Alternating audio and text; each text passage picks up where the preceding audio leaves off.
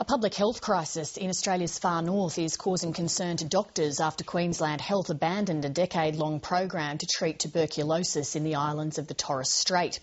A dangerous new drug-resistant form of the disease has emerged, and specialists fear it may spread to the mainland after the closure of TB clinics this week. Peter McCutcheon reports. Dr. Stephen Vincent is preparing for the end of an era. He's about to depart on his last journey to the outermost islands of the Torres Strait to hold tuberculosis clinics for Papua New Guineans. I think a short-term burden has been lifted, but we're not sort of patting ourselves on the back at the moment. We're just going to keep an eye on things. For the past decade, Queensland Health doctors have been flying to Australia's northernmost islands to treat PNG nationals in order to stop the spread of a highly infectious, drug-resistant form of tuberculosis. The chest against here, chin on top. But the Queensland and Australian governments have controversially decided to stop these clinics, leaving responsibility for controlling this potential public health disaster to their third world neighbour. We've made a long-term commitment to work with the PNG health authorities and specifically with the health authorities in Western Province. We have the capacity to manage all our TB cases as well as medical cases on our hand. But Dr. Vincent isn't so sure. Any slip in one of the cogs can easily create the whole thing to fall apart.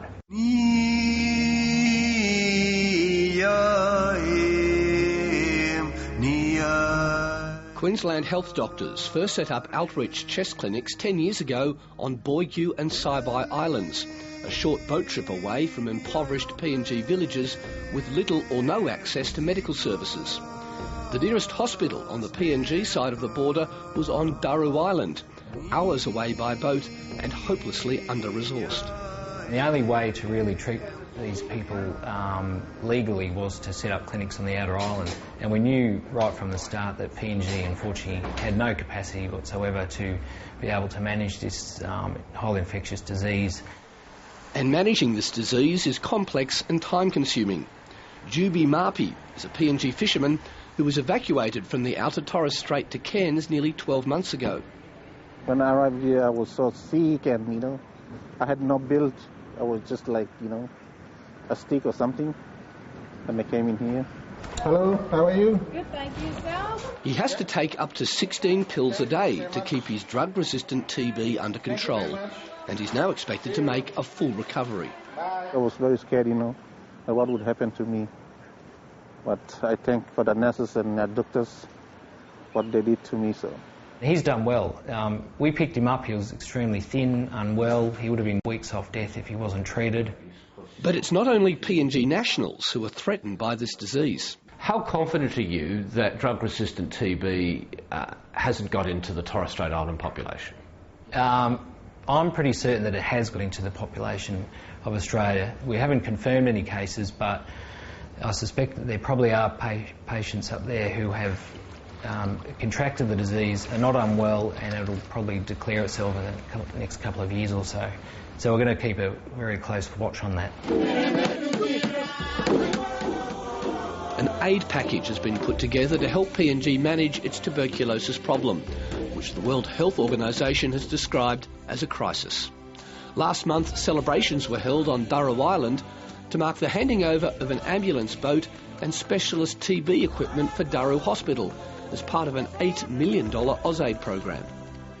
It is a very big step forward, and it is a very big bonus for Daru Hospital, the people of Western Province, and this will also build a confidence in our health system in the province.